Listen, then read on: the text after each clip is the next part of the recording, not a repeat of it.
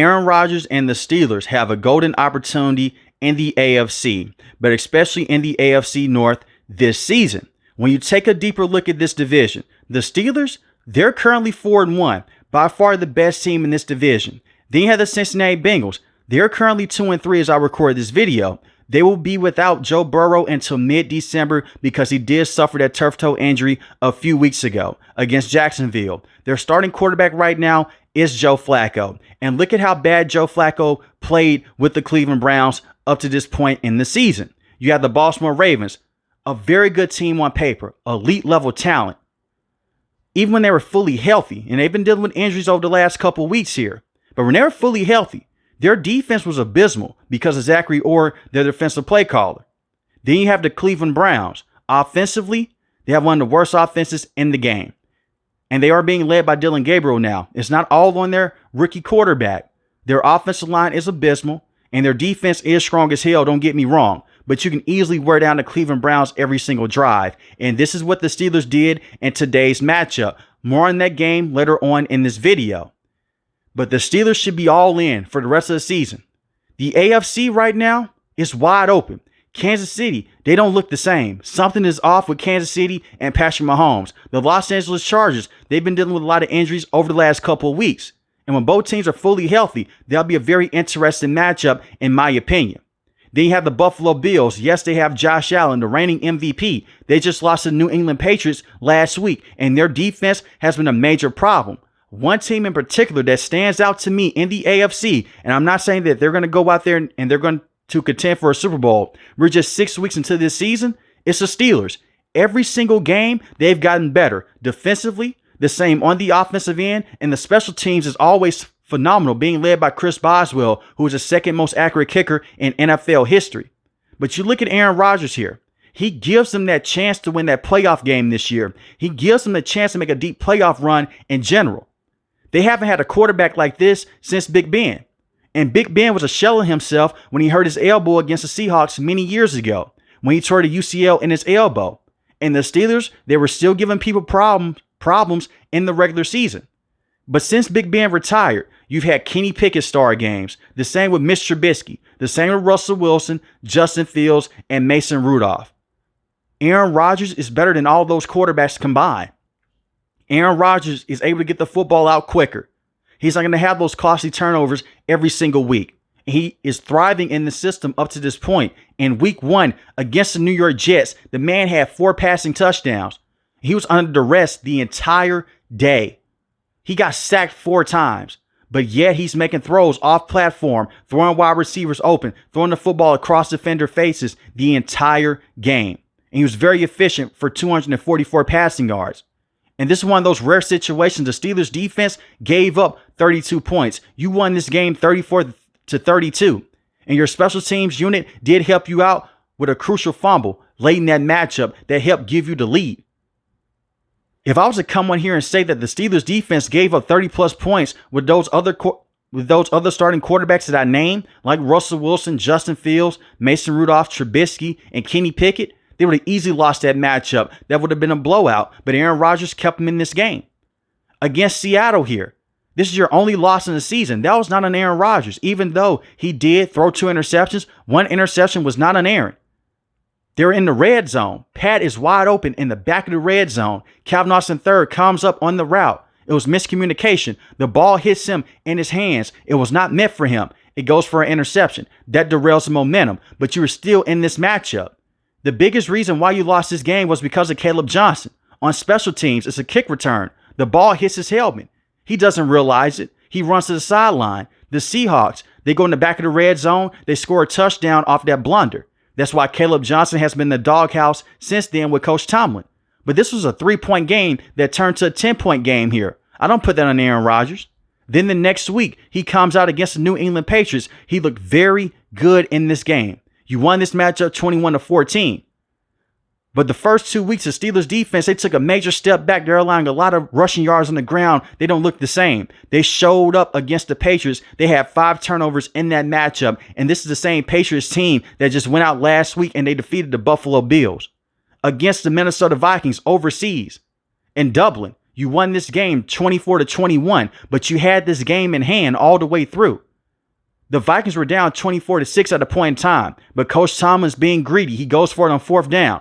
Just a bunch of coaching decisions, a bunch of dumb coaching decisions towards the end of the game. But you still won this game. And Aaron Rodgers, once again, he looked good with DK Metcalf.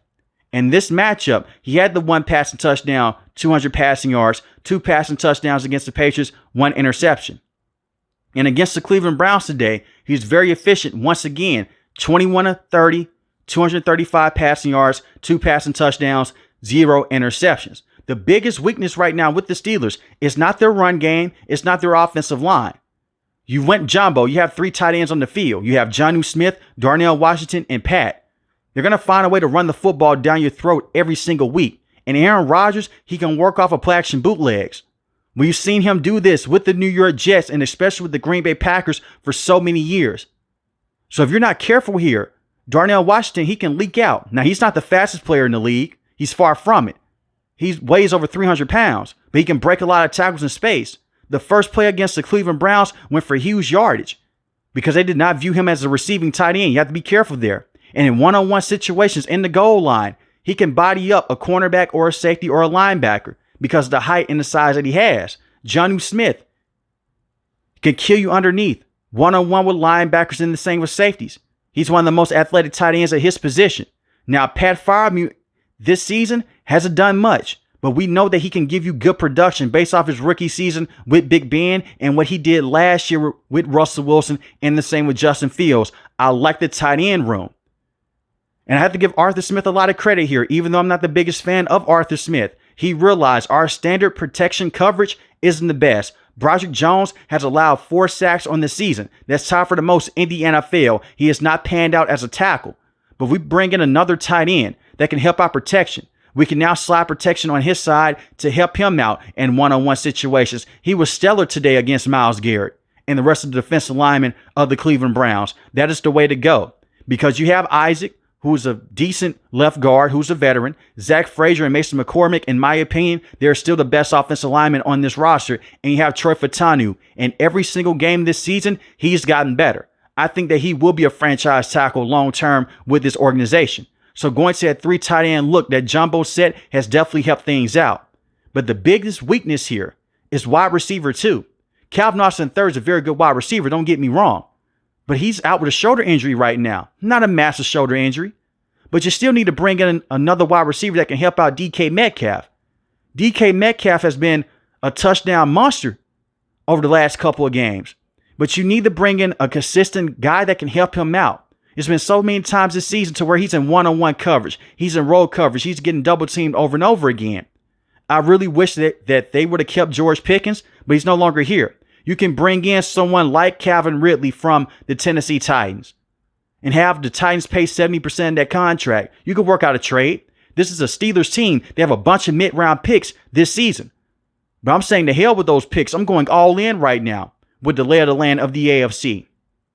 And when you have a guy like Calvin Austin III, when he returns, he can just play primarily inside the slot. You have someone like Calvin Ridley on the outside mixed in with DK Metcalf. You don't like Calvin Ridley? Hey, that's fine. Call the Saints about Chris Olave. Call the Saints about Rashid Shaheed. We're seeing a lot of trades right now. And it's going to be a lot of bad football teams willing to move off of players. You can bring in someone else, number 2 wide receiver, and have them play alongside DK Metcalf. Look at the New York Jets. You could possibly bring in Allen Lazard. We know that he has a very good rapport with Aaron Rodgers on and off the field. And I'm not saying that Allen Lazard is this game-changing wide receiver. You just need someone to go out there and win one-on-one situations and help alleviate that pressure off of DK Metcalf, and the same with these tight ends. It's just situational football. I don't have that much confidence in Roman Wilson, unfortunately. He had 1 catch for 7 receiving yards coming into this game against the Cleveland Browns. But I like the base offense that they have currently. The running backs, Jaylen Warren is a very good player mixed in with Kenneth Gainwell. That's a very good 2-back system to have. We know that Jaylen Warren can give you a lot of pop in the run game. Kenneth Gainwell had 99 rushing yards and 2 rushing touchdowns on 19 carries against the Minnesota Vikings, a tough defensive front. He was more so of a rotational back coming over from the Philadelphia Eagles. But don't waste a trade on a running back here. You're able to run downhill in this 3 tight end set. Bring in a valuable wide receiver. You don't have to bring in someone like a Justin Jefferson or a Jamar Chase. You have a true number one in DK Metcalf, but go fill in that need with a rotational wide receiver, and you can have Calvin Austin third inside the slot, and it can help open up the rest of his offense. Because a lot of teams, they're going to stack the box against you with those 3 tight ends. And we saw the Browns try to do that today. And it worked in the first half. In the second half, not as much. Now, defensively here, I love the way that they've been playing. They're the second most takeaways in the NFL. Jalen Ramsey is still one of the best cornerbacks in the game. Darius Slay, as long as he's fully healthy, he's a very good number 2 cornerback. And you have Joey Porter Jr. JPJ has missed time this season dealing with a hamstring injury that he suffered against the New York Jets in week 1. He's been the number 1 cornerback in the past with this organization. But that's a very good secondary to have on the back end of your defense. The linebacker position, they have finally come alive once again. Patrick Queen had a very good season last year. The first 3 games this year, he was a bit rocky. Coming off this bye week against the Cleveland Browns, he performed very well. And the game before against the Minnesota Vikings, I will give him his credit. Peyton Wilson, you guys know I love Peyton Wilson with him coming out of college. He's a superstar waiting to happen with this defense.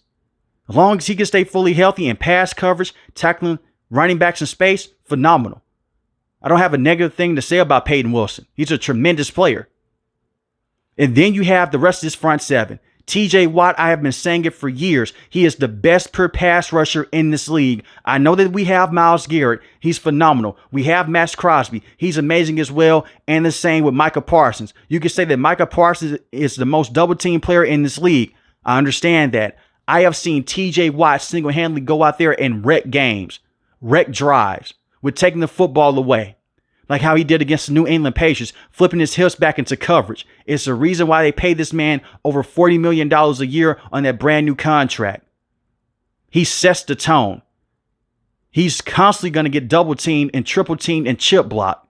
And you have Highsmith, who's missed time over the last couple weeks dealing with an ankle injury. We know that he can get to the passer. Cameron Hayward is still a very good defensive tackle. Then you selected Derek Harmon in the first round. He's coming along over the last couple of games. This is a strong defense now with the Steelers. It just comes down to the coaching here with Mike Tomlin and Coach Austin. The talent is there. But you wear on these teams every single week. You stop that run game. You play Steeler-like football. You get to the quarterback. This could easily be one of the best teams in the AFC. And I know the running joke is a Coach Tomlin team. They'll finish 10-7. They'll finish 9-8. That better not be the case this year, because this is a very good start for this team. And right now, this is a soft division. Some of the best teams in NFL history, they take advantage of the moment. And right now, you're in a terrible division.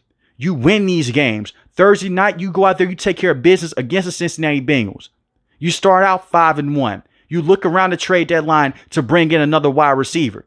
And you gear up for a deep playoff run this year with Aaron Rodgers, because this is the best quarterback play that you've had since Big Ben. And I'm really not trying to hype the Steelers up and make it seem like they're the best team in the AFC, because anything can change at any given moment. But when I look at the rest of this conference, Kansas City, they're simply not the same. And I've been saying this since week 2 about them. They can't run the football. They still have one of the best quarterbacks in the game, Patrick Mahomes, but their defense is not the same. Their offense isn't the same. Josh Allen, the Buffalo Bills. Josh Allen is a tremendous quarterback, but look at their division right now. Look at their defense right now. Their defense is not the same. Their defense is giving up a lot of points every single week. You have the Los Angeles Chargers. They scared the hell out of me with Justin Herbert. They're dealing with a lot of injuries right now. That's a tough team. They're still questionable. Then you have the Denver Broncos. This conference is wide open, and yet the Steelers are 4-1. And they're just one play away from possibly being 5-0 to open the season. I would not sleep on Coach Tomlin and the Steelers this time around. And I want to say this again, anything can change because it is the NFL. But the Steelers right now, I believe that they're just one wide receiver away from being a legitimate team in this conference. But let me know in the comment section below, how do you feel about the Steelers, and do you view them as a legit team early on this season? If you're new to the channel, hit the subscribe button. If you like the video, hit the like button. Most importantly, I want each and every last one of you guys stay safe, stay positive. Thanks for the video, guys. God bless.